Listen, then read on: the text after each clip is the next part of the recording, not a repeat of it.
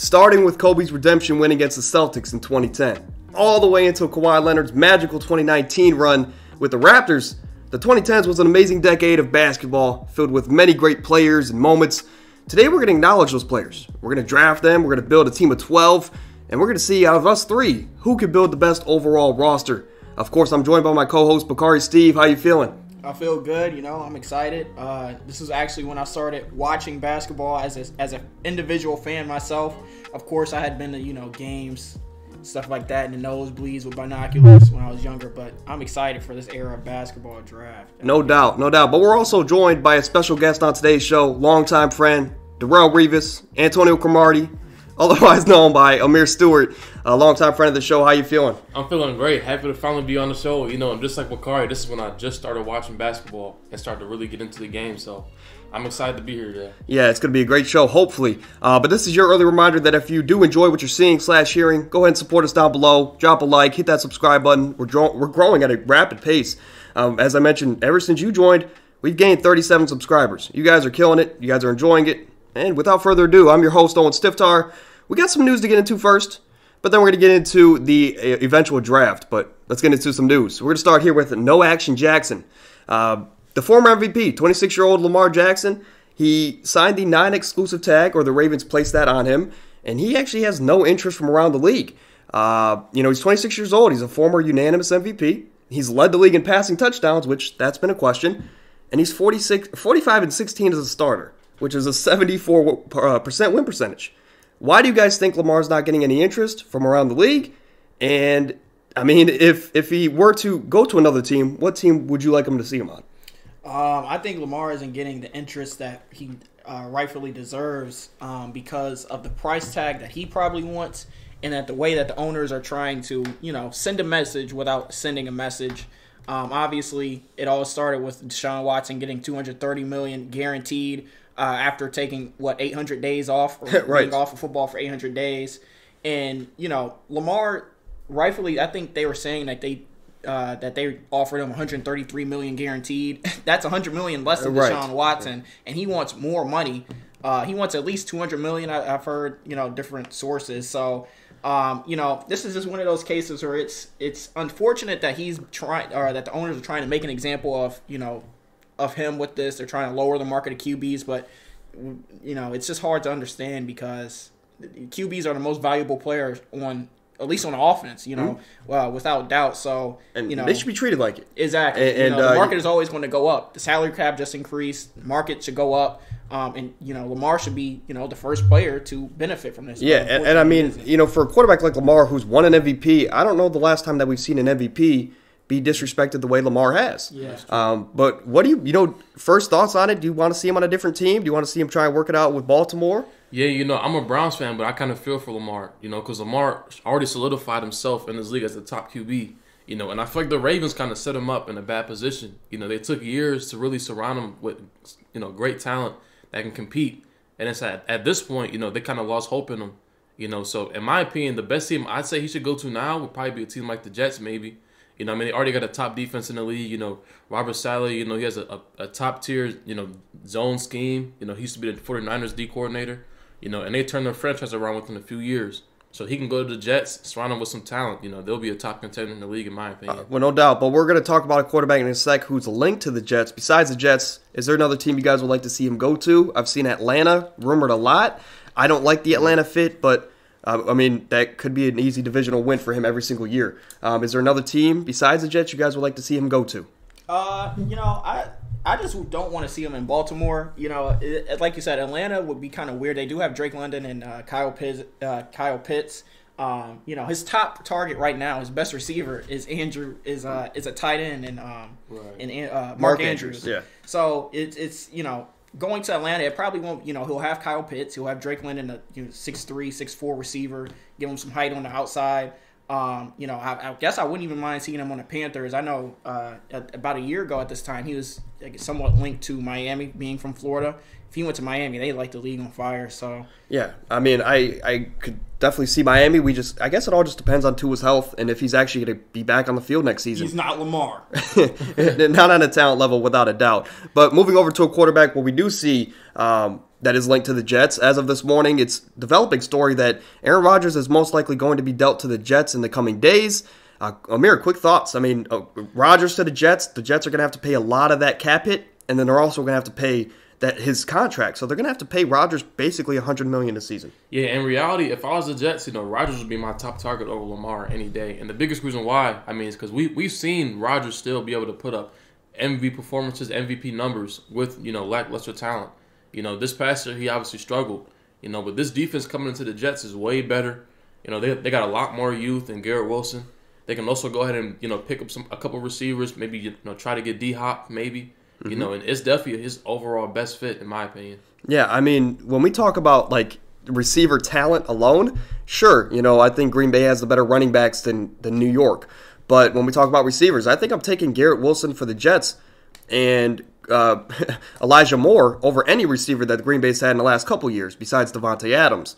So they're going to have definitely a more complete receiving core, and that's a more veteran team. It's New York. Another receiver that has been linked to New York teams is Odell Beckham. Odell Beckham could make his return, come to this Jets team, and pair up with Rodgers. What are your quick thoughts about it, Bakari? But do you like it? Do you think the Jets are overpaying? Because they're probably going to have to give up a couple picks. No, I don't think they're overpaying. I know for a long time the Jets have kind of felt like they've been a QB away from anything. You can't really think of the last great QB they've had. Which is, probably since what? Mike White. He's had a couple 300-yard games. Great QB that they've had. But, obviously Aaron Rodgers will come in, and he's just a QB that he makes any team a competitor. Like Amir said, they struggled last year trying to really turn things around after the Devontae Adams trade and everything. But the Jets are in a much better situation than the Packers. The Packers are tired of Aaron Rodgers. It just seems like a good move all around. Everybody gets to start fresh. He's 39, so he'll probably end his career with the Jets once they trade for him. So, yeah, I think it's a smart move for them. I've seen a lot of the comparisons with him to Brett Favre, where they're both older quarterbacks, frustrated with the Packers, and they go to the Jets, try and save the Jets. Hopefully Rodgers is better than what Brett Favre did in New York, because that forced Brett Favre to retire again. So, I'm a big fan. For us too, it feels like since the Super Bowl ended, it's been like a revolving door. Every single time we have NFL news, it's Lamar Jackson and Aaron Rodgers. So at least we're getting some type of clarity here with Rodgers. And like I've been saying, it's Jordan Love time, baby. It's Jordan Love time in Green Bay, as he has the talent to be one of the most talented quarterbacks in that class. He's not going to be better than Burrow, but he'll be one of the most talented. Moving over to John Morant. After Colorado police, they did their investigation, and John Morant's been cleared. He will not be charged with anything due to a lack of available evidence after flashing a gun on IG Live. We talked about it last week, so I want to get Amir's thoughts here. Did you see all of the stuff with John Morant? What are your quick thoughts, and do you think possibly he's done for the season? Yeah, so, I thought it wasn't, a bad move of not charging him legally, but the NBA definitely should look into this, and the biggest reason why is because, it's been a few instances recently, Jaws keep going out of control, and he hasn't learned yet. And the NBA has to, put some sort of guidelines or some sort of control on him and the Grizzlies at this point. Because if the Grizzlies don't discipline him, the NBA should definitely step in. And, done for the season, I don't know, that might be a little extreme, but, they definitely got to do something.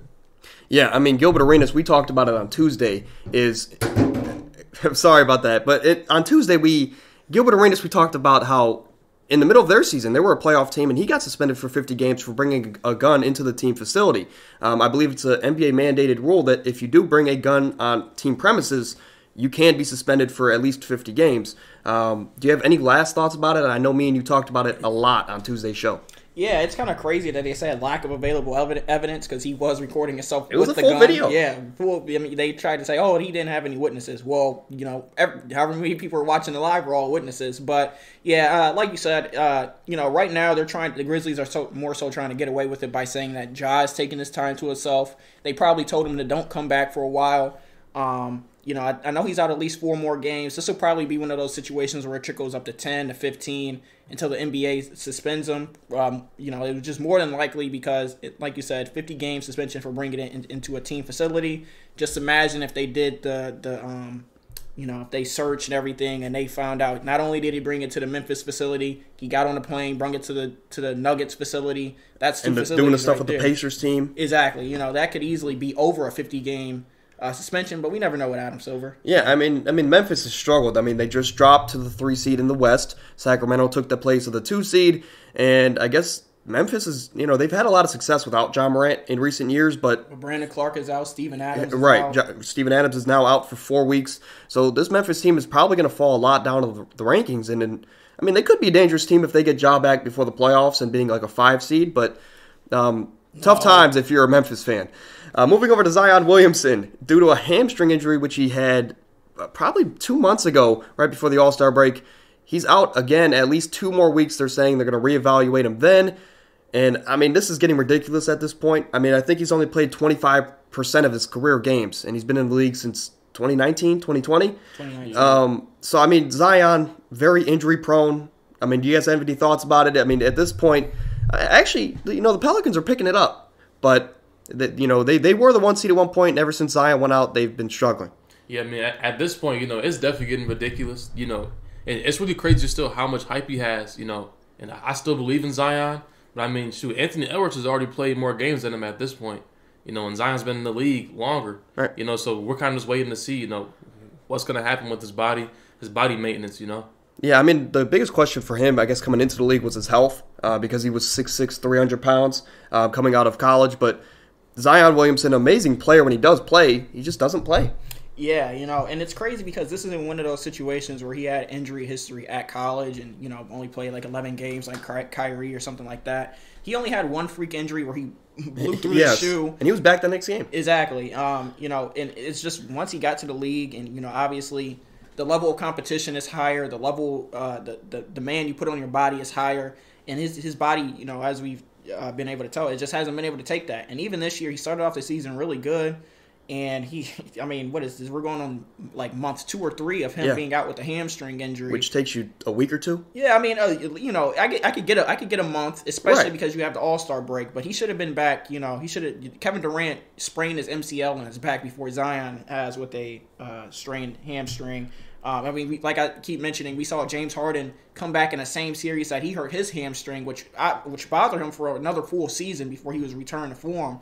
But he was able to at least act like he could get out on the court. Zion is watching his team, was watching his team free fall out of the playoffs. So. Yeah, right now they're struggling to stay in the play-in. Right. So Zion, hopefully he comes back soon, but right now it's not looking good for Zion. Moving over to Kevin Durant, last night during warm-ups, if you haven't seen the viral clip, it's unfortunate, but Kevin Durant with a left ankle sprain, he's going to undergo testing later today. No timetable on his return yet. We have to see how the severity of the injury, but quick thoughts about it. Kevin Durant, amazing player. He's been good with the Suns so far. How bad do you think this affects their season?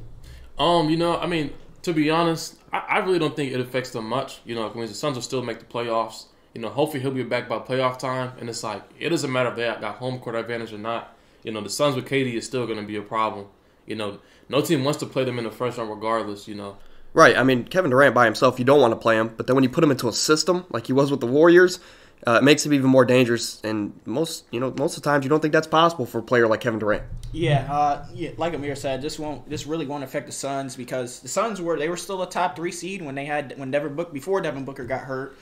They struggled a little bit, especially with chemistry issues and off the court drama during that time when Devin Booker was away.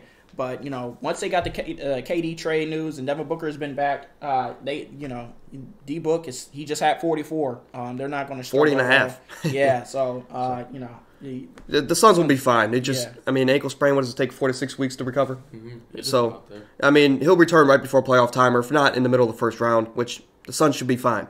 Moving over to Sean Kemp, we can make this quick. He was arrested in connection with a drive-by shooting. The Hall of Famer for the Seattle SuperSonics, played with the Magic for a little bit. But Sean Kemp, any thoughts? Do you guys have anything to say? I just kind of wanted to bring it to the show. Honestly, I really don't have much to say. It's just like why? This dude is an NBA legend.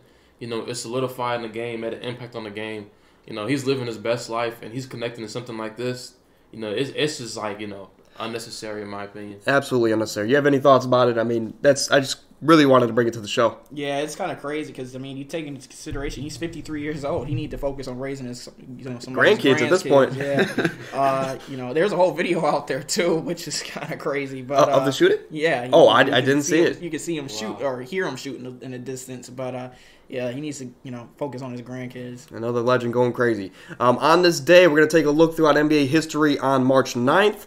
Which, quick shout out to Chances if you're listening. Happy birthday to you. I just want to get that out there. But we're going to start here in 1985. Amir, if you want to kick us off here with the first great performance. Yep, so in 1985, Fat Lever of the Denver Nuggets set an NBA record for steals in one quarter when he notched 8 against the Indiana Pacers. Yeah, 8 in a quarter is absolutely insane. That's ridiculous. But then in 1988, Lakers coach Pat Riley, he got his 400th career victory in a win over the Knicks. And with that win, he got to 400 career wins faster by 540 games than any other coach in NBA history. That's Pat Mafia is really an insane coach, but might be a better a GM or owner. In 1997, Karl Malone became the 5th player in NBA history with 25,000 points and 10,000 rebounds. Karl Malone, he's definitely statue stuffer. Yeah, he's a topic in the NBA community. But in 1999, Hakeem Olajuwon blocked his 3,500 shot and became the all-time leader in block shots. He still is to this day. Hakeem the Dream. He was the top. He was probably the best defensive player for a while, and you could probably make the case for a few other players now. I mean, you can make the argument he's probably the greatest center of all time. I mean, 3,500 blocks in '99 is insane. Yeah. But then in 2000, the Harlem Globetrotters of all teams, they retired Wilt Chamberlain's number 13 jersey. Wilt was the first ever player to have his jersey retired by the Harlem Globetrotters. I believe one of only 5. And, I mean, Wilt he's made up. He's fictionary. And in 2011, Kevin Love on the Timberwolves put up 16 points and 21 boards, notching his 52nd straight double-double, breaking Moses Malone's record for most consecutive double-doubles in the NBA. And it's really crazy, most people kind of think of K Love for, his time in Cleveland. But they really forget, in Minnesota, he was that guy. He was. He was that stat pattern. Yes, and I mean, he had a 30 and 30 game, and I mean, on today's show, we're getting probably the Minnesota version of him, in that early 2010s era for his best version. But Kevin Love, amazing. But I mean, here we go. We got the news out the way. Before we get into this until this 2010s draft, I just want to remind everybody at home that this is a draft only from the 2010s, so 2010 to 2019 only. You could draft anyone who's played in this decade, and you're only going to get the best version of the player in this decade. Okay, it's pretty self-explanatory. But, if you guys need another example, players like Kobe, Dirk, Tim Duncan, they're great players. They played in this decade, and they all won championships. But their best version wasn't in this decade. So if you draft Kobe, you're not getting 06 Kobe. You're getting 2010 Kobe, who won, his last championship. Same with Dirk, same with Duncan. So, you're getting these great players, just not in the primes of their career for the older guys. It's going to be a serpentine-style draft. And, just to speed things up, we're probably going to do 20 to 30 seconds a pick. I'm not going to exactly time you guys, so just, draft accordingly. Don't take too long. And we're going to actually find out our draft order now. We have a wheel here that you guys can't see, and we're going to spin it off screen. And whoever this wheel lands on is going to get the choice if they want the first, second, or third pick. And for the second draft in a row, it lands on Bakari. Oh, come on, baby. Give me that first pick. He's going to get the first pick, which we know we can see where he's going to go with that. The second pick here is going to get their choice of the second or third. And, I mean, whoever's last gets, whatever selection there. It's going to be Mir. Do you want the second pick or the third pick? I'm taking that second pick. He gets the second pick, which is surprising because, with the third pick, you do get back-to-back, but it's too late now. We don't care, baby. Yeah, right. I mean, we're going to move over to the draft now. We have a draft board here that I might put on the screen, but if I don't, you guys know the players of the 2010s. We're going to talk about them. And basically, before you kick it off, I do want to say that as we're drafting, you can draft. Once you say your player, the person next to you, which was Amir, he's on the clock. So he has 20, 30 seconds to make his selection after you're done talking about your selection. If that makes any sense, just to give the people at home some insight on your pick, why it fits with your team, all that great stuff as the next person's thinking. So, Bakari, kick us off here with your first pick. I think we can all imagine where you're going to go. Yeah, I hope we can all imagine where I'm going to go, and you're actually wrong as I'm looking at it. I'm taking the best shooter alive, baby. Come on, man. This is the 2010s. We shooting threes, dude. We taking that back-to-back MVP. First time unanimous MVP. Wardell, Stephen Curry. Come on, man. Give me him. Man, that's surprising. That's surprising because I was at the third pick. I was like, you know what? I'm going to get him and the person that I want to draft because I know where Amir's going now. Yeah. So, I mean, give us some insight. Why start with Steph Curry over LeBron James or Kevin Durant? Yeah, I started with Steph because, I know Steph was drafted in 2009, but listen, what what he did this past decade, he in 10 years, really 9 or 7 or however you want to say, in 7 years, he solidified himself as the greatest shooter of all time.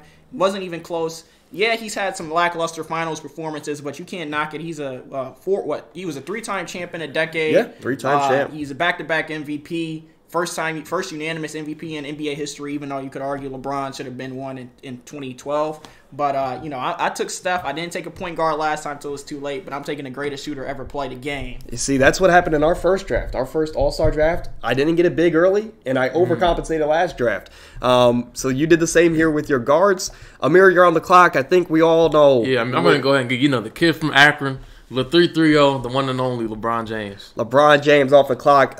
No surprise, best player of the decade, in my opinion. And he might. The only problem with LeBron here, I guess, compared to the other stars, is he has to be that guy. He has to be. He has to hold the ball in his hands all the time. But why start with LeBron here, even though it's kind of self-explanatory? The biggest reason why, it's LeBron James. The thing about LeBron, it doesn't matter who he has around him. He can make it work. He can make it happen. You surround him with even lackluster talent, it doesn't matter. You surround him with shooters, he becomes even deadlier. So, we'll kind of see where this goes. LeBron, you can play him at any position in this decade. You're getting Heat version, Cavs version, you're getting Laker version. LeBron James, amazing player. We don't need to say anything else about him. But starting here, when we look at the draft board, guards, I think there's a plethora of guards, and I think there's a plethora of bigs. But when we look at the small forward position solely, there's not as much great depth there compared to other pieces. So I'm going to draft the second and fourth best player in this decade, in my opinion. We're going to get Kawhi Leonard and Kevin Durant on the wings. We have the best wing pairing in this draft, and you guys haven't even drafted yet. But moving over to Amir, you're up next. Here's your draft board. You can go any direction. But I think Kevin Durant, Kawhi Leonard, deadly on the wing.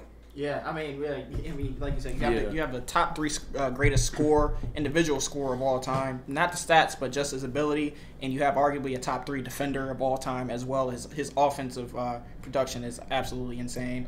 He's a Hall of Famer just based off the 2010s alone. Yes, so when you took Steph Curry, I expected to get Steph Curry and Kawhi if I had the third pick. I was thinking Kevin Durant would have went 2, LeBron would have went 1, and I would have had probably the best guard of all time, as well as Kawhi Leonard. But, I'm okay with this one as well. As there's some other guards on there that I think I want to bring on. Maybe team captain. Maybe team captain later on, but you guys will have to figure out who that is later. Do you have a pick, Amir, yet? Yeah, so for my second pick, I'm going to mix it up. I'm going to get a dominant big, Dwight Howard. 2010 Dwight Howard, where he averaged 22 points and about 14 boards. Amazing defensively. And, Dwight in his prime, you could honestly argue he was a top 10 big of all time, in my opinion.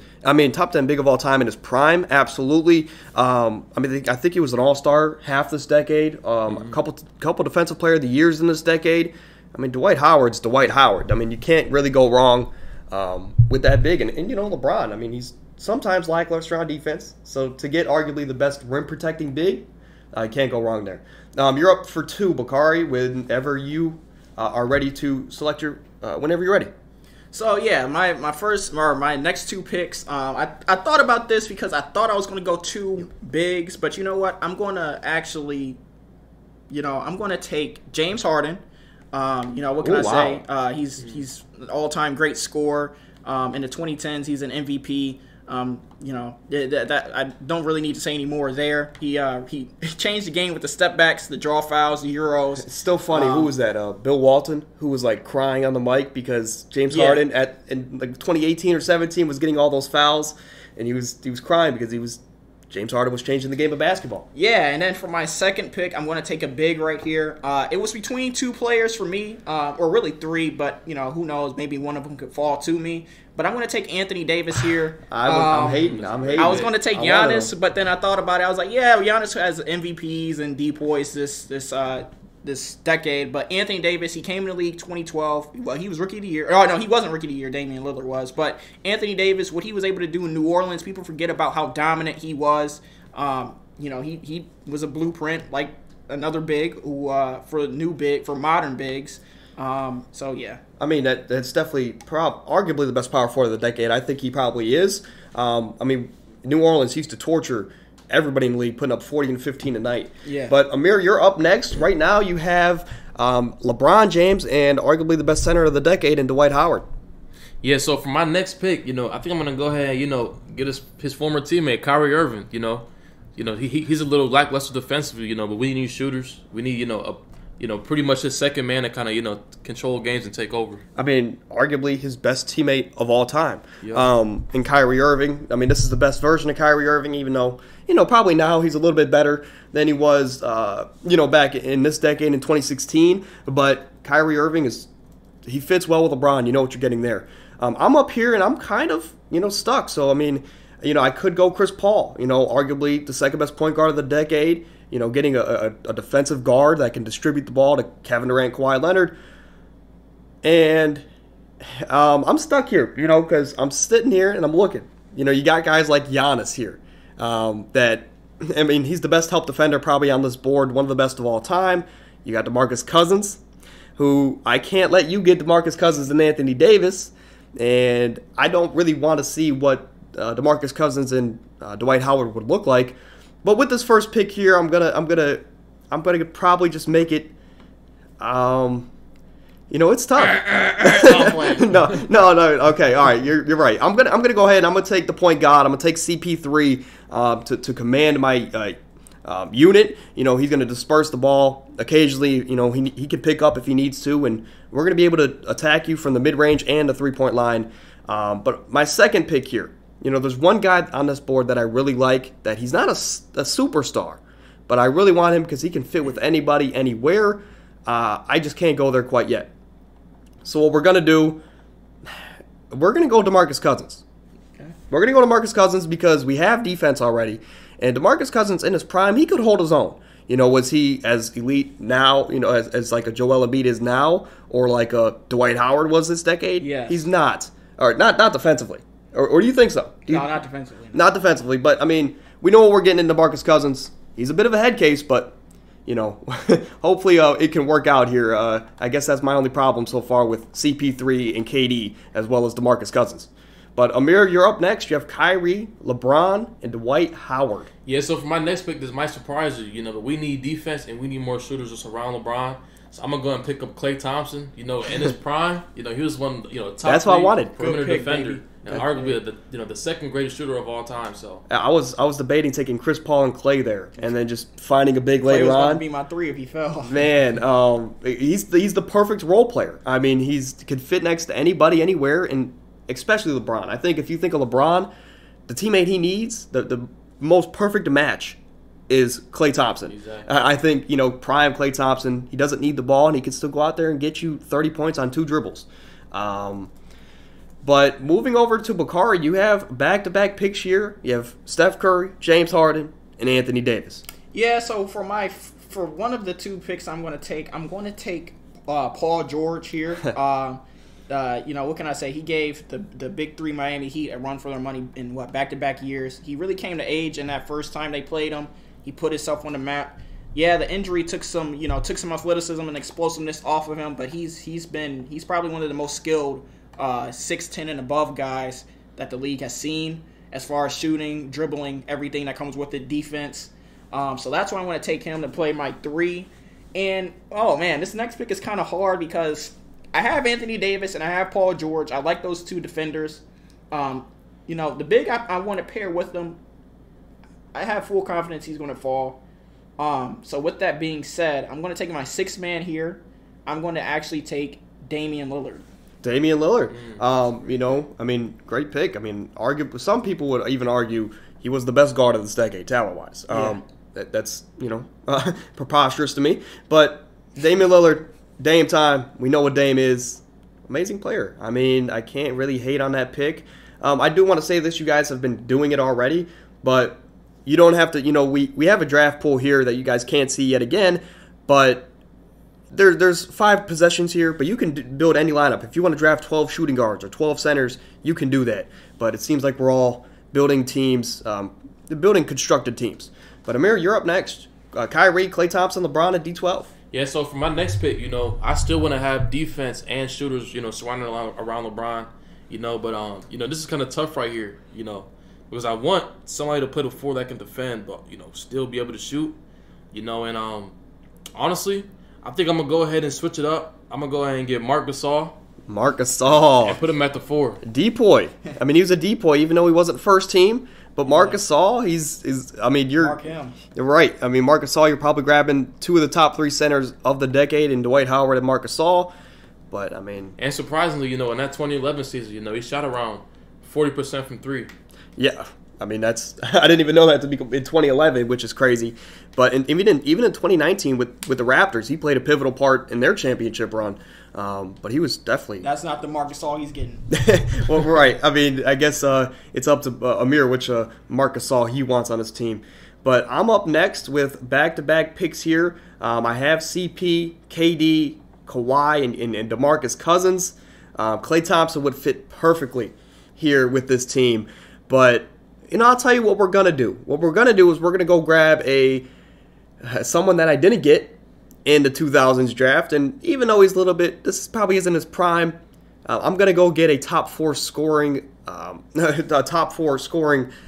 player of all time. He has the deepest bag, one of the deepest bags, and we're gonna get 2 of the top 4 on the same team. I'm gonna get my 6th man here, and the greatest player of all time, Carmelo Anthony. He's gonna come off my bench. We can run lineups where we have Kawhi and Melo. We can run lineups where we have KD and Melo, and maybe not Melo and Cousins on the same court at the same time, but we can always stagger some minutes. But what we can do, with my next pick, is we can also go out there and pair Melo with another guy off the bench. We can go pair him with another lethal defender that can guard 1 through 5. He's the Greek Freak. I mean, he was a one-time MVP in this decade, I believe. He's a depoy as well. A couple-time All-Star. I mean, he's Giannis, and I don't have to say too much about Giannis Antetokounmpo. He's going to come off my bench with Carmelo Anthony. Amir, you're up next, where right now you have your starting 5 filled out, it looks like. Yep. Right now you're looking for your bench.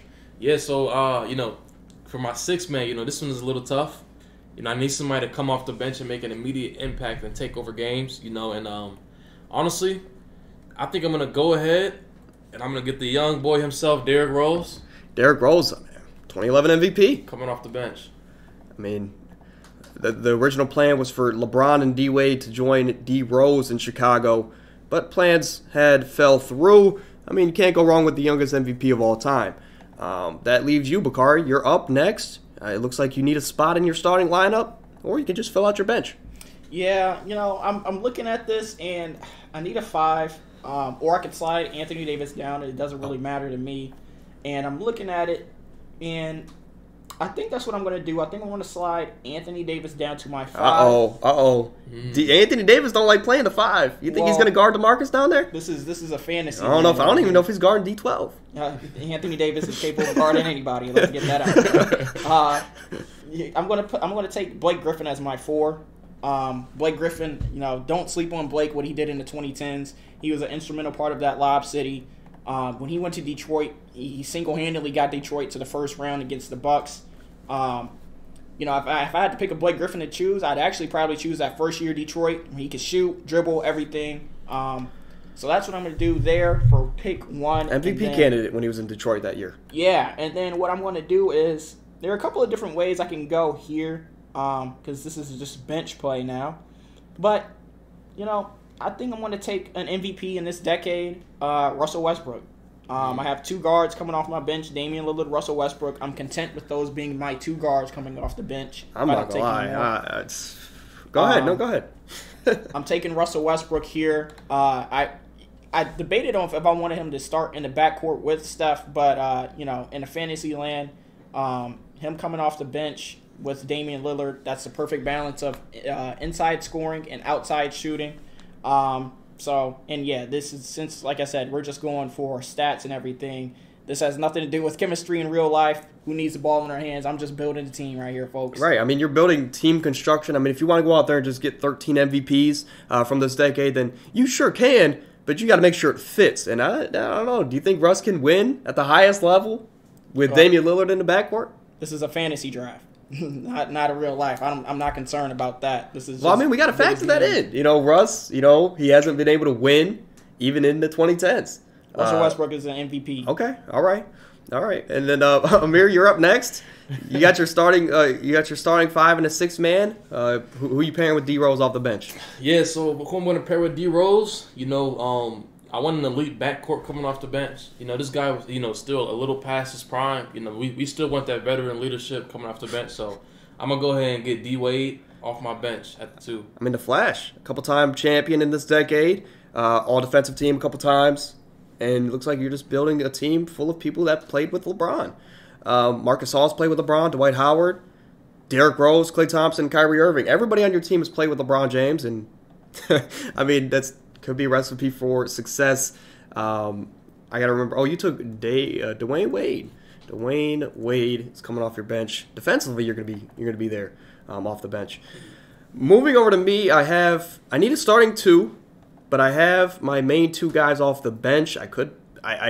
There's one guy on here that I think will get drafted eventually. I'm not going to draft him, but I mean, I just don't think he'll fit with the 2 guys I have off the bench.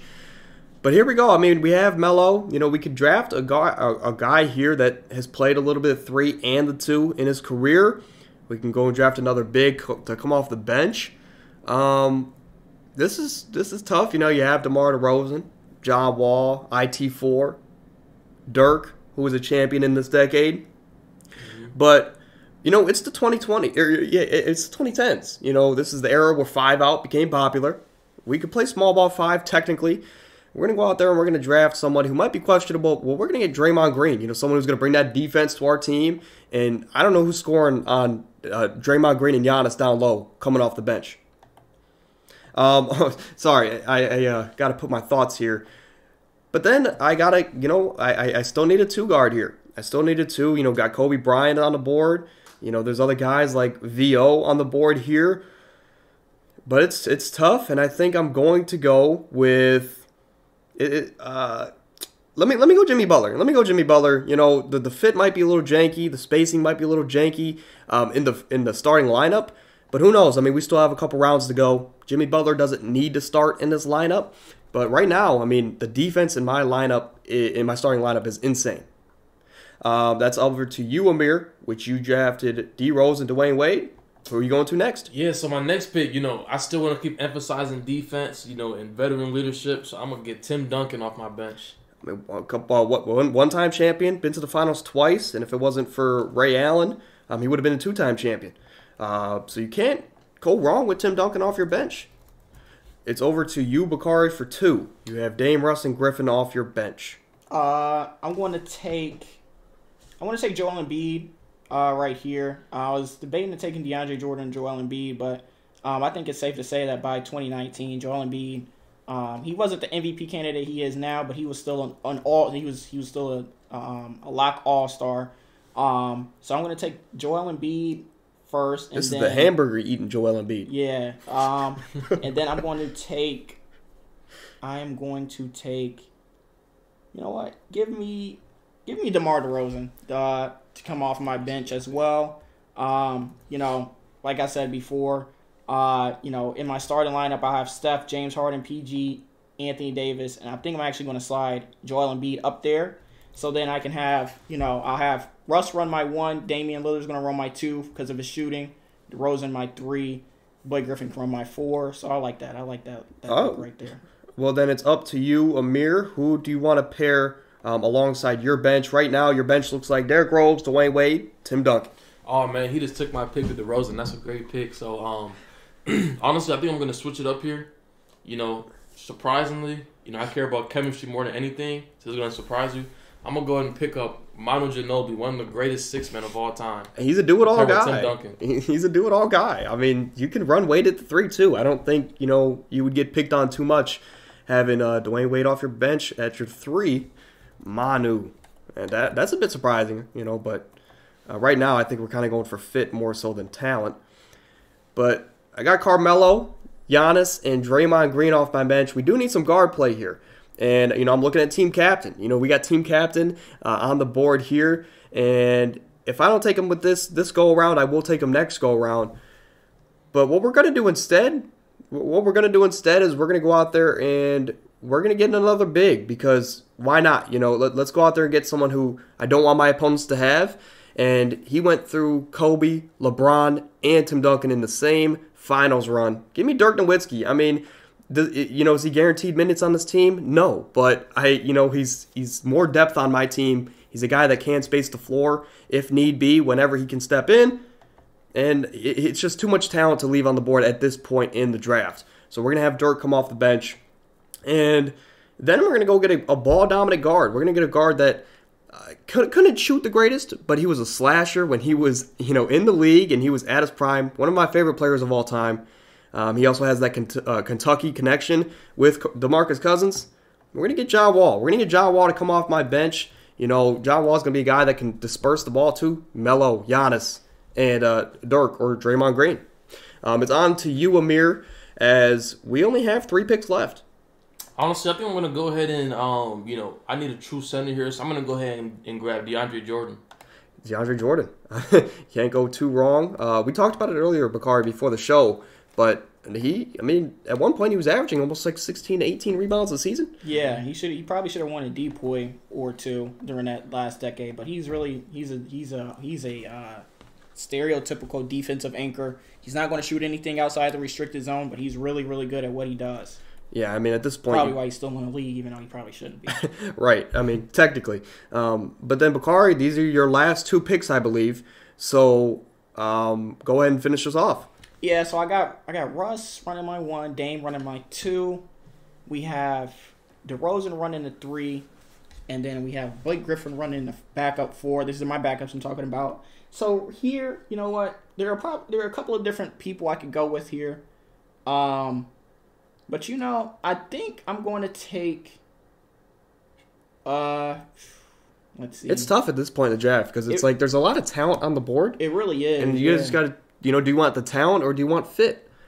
You know what? Oh man, I'm going to take fit right here. I'm going to go Andre Iguodala to come off the bench. He's not guaranteed minutes, but he is a glue guy. That's what he's been for the Warriors since he got there. He is a Finals MVP. Finals MVP. He knows he'll be able to play with Steph. I think he'll be able to play with James Harden. He's another defender to add with. He's another wing defender to add to with PG. And then my actual backup 5. I think I'm actually going to take. This is where it gets a little complicated. It is. There's a lot of good centers here, and I guess again it just depends on fit. Or do you want to go like a nostalgic pick? It all depends, but. Whenever you're ready, I guess talk us through what you're thinking here. No, yeah, I think I'm actually going to take, it might come as a little bit as a surprise. I didn't think I was going to take him, but I'm going to take Karl Anthony Towns here. He is a Rookie of the Year. He's a generational big man as far as shooting goes. I think he's like, what is he? His career averages, or he's 40%, I think. Number 1. He's probably going to be number 1 by the time he retires. He was an All-Star this decade. He helped Minnesota get to the playoffs for the first time in like 20 years this decade. He was Rookie of the Year, I believe. Yeah. So Karl Anthony Towns, he is established off the bench in a team where I have Russ and DeMar DeRozan on the same bench. He'll definitely help space the floor with Dame. Even Blake can step out and shoot him. So I'm not too worried there. I think we messed up this draft. I'm not gonna lie to you guys because. The draft shouldn't end with Amir. It should end with one of the guys on the end. I don't have Embiid off my bench. Well, no, he was just one of your reserves that you did pick. Yeah.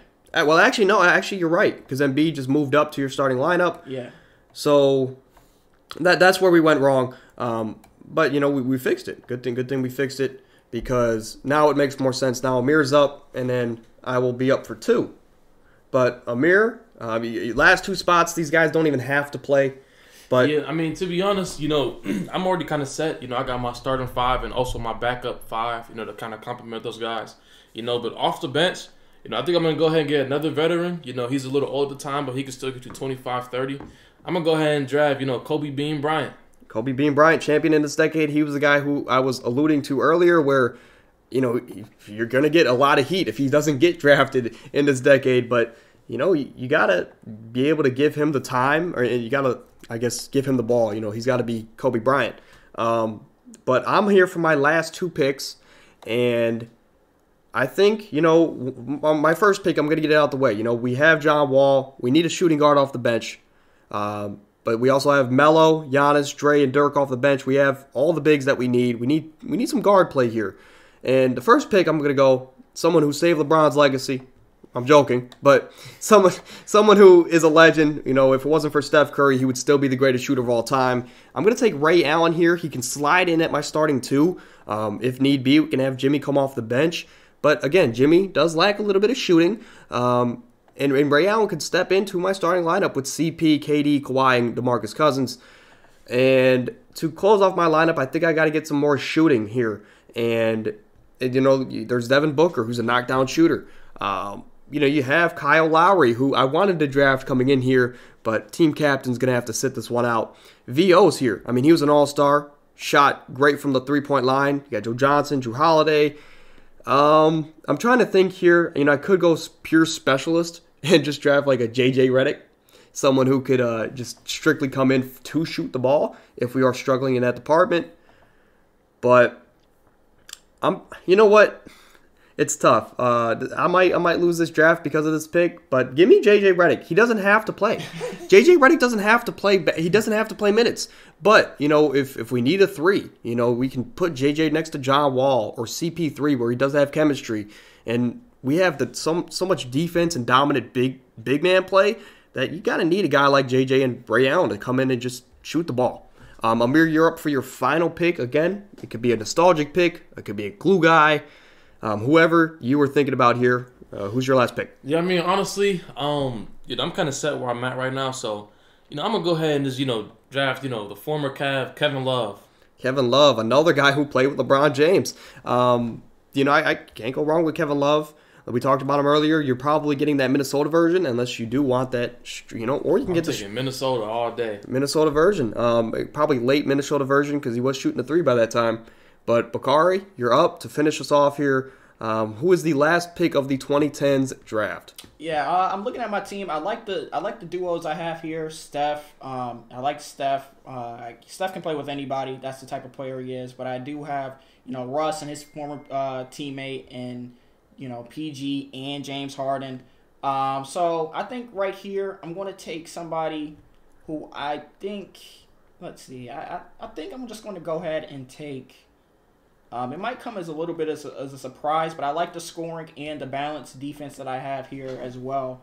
So I'm going to go ahead and take another chemistry guy. I'm going to take C.J. McCollum. Him and Dame, they didn't miss the playoffs once. C.J. has never missed the playoffs. Until this year. Well, Zion's sitting too much. Maybe so.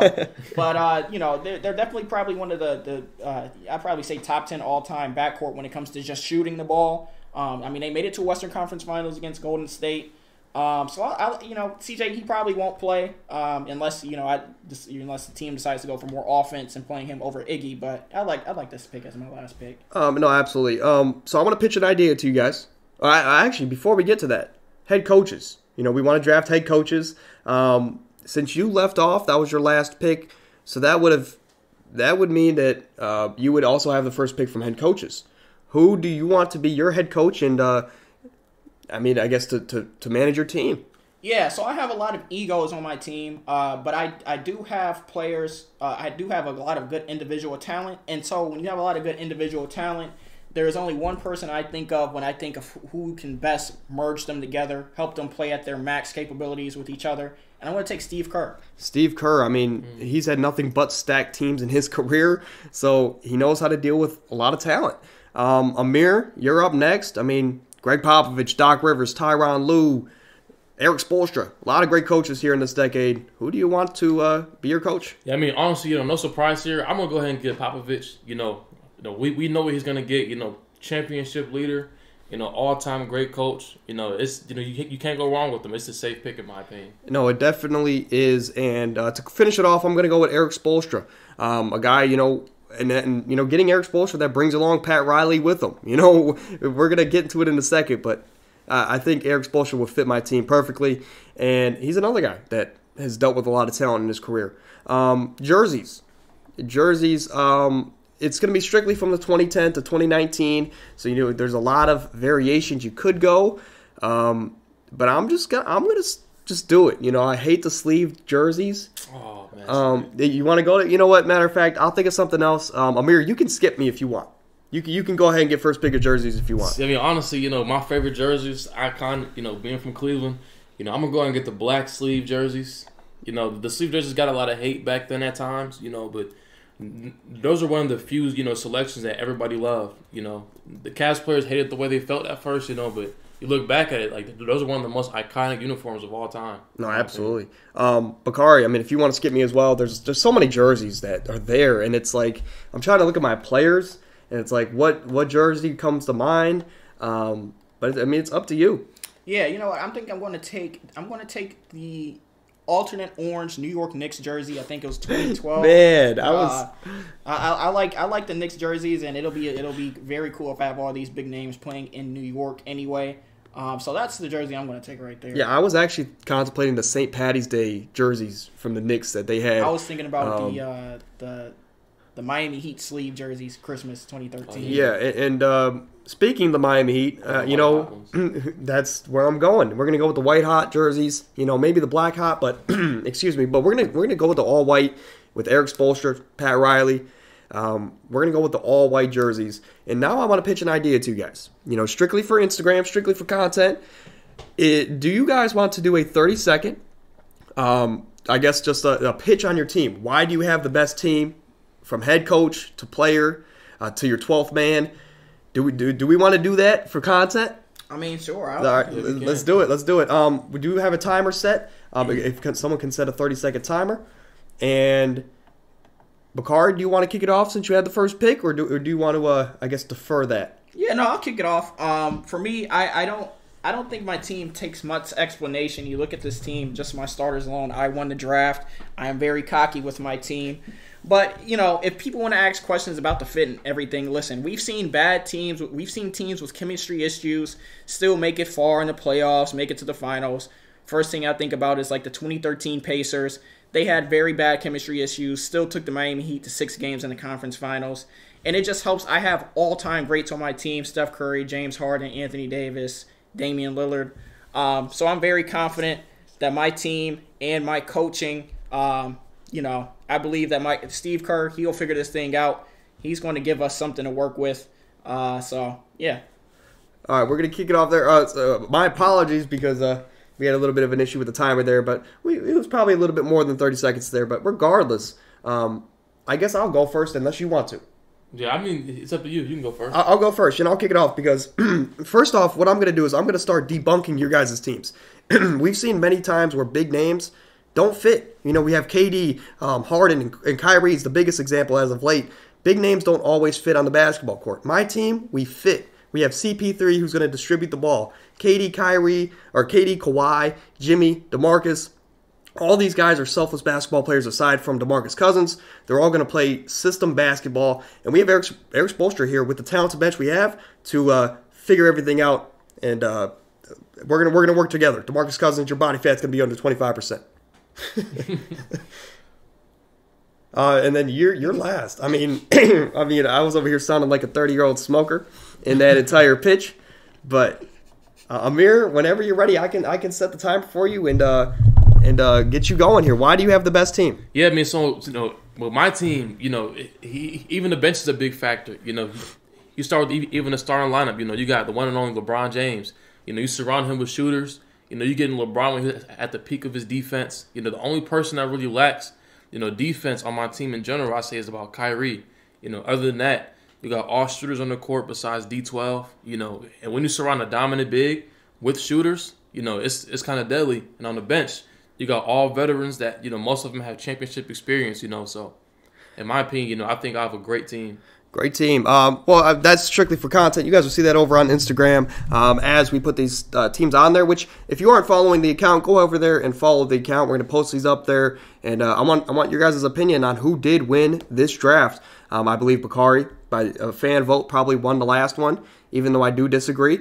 But Bakari, by fan vote, he won last one. And let's see if he can repeat. But I will. We'll have to see. But you might win the fan vote just saying that you have Steph Curry and James Harden, but I don't know how they fit together. Regardless, that's not my job to figure it out. And that's not the fans either. If you look at the paper, I won. Regardless, that's going to do it for today's show. We're about 55 minutes into the show. So if you guys do enjoy, or if you have enjoyed what you're seeing / hearing, go ahead and support us down below. Drop a like, hit the subscribe button, all that good stuff as we are continuing to grow this channel. I want to send another special thanks to our special guest, Amir. Did you enjoy your experience? I mean, hey, we welcomed you. Man, it was great. I'm happy to be back. Hopefully, next NFL season I can be back too. I really love the NFL. I'm really excited to start on that topic as well too. Yeah, I mean, welcome back anytime here as, we are growing this channel and we have a lot of knowledge that we can spread out to the rest of the world. But any last thoughts, Bakari, as we are going into a weekend here? Like you said, we're growing at a rapid pace, so we really enjoy the support. We enjoy the feedback. We like helping everybody understand what our thought process was in the comments. We like responding, engaging with you guys. So, we just want to say thank you, like we always do. Yeah, and I mean, another shout out to you guys. We had that video that I posted over on Instagram that had 1,000 views. It's now basically at 2,000 views. So, I mean, you guys are killing it. A lot of our videos do hit that 200 to 300 view plateau. And we're growing at a rapid pace. We're just excited to see where this channel can go. But until Tuesday, stay happy, stay healthy. Thank you guys for coming out. And let us know down in the comments who did win this draft.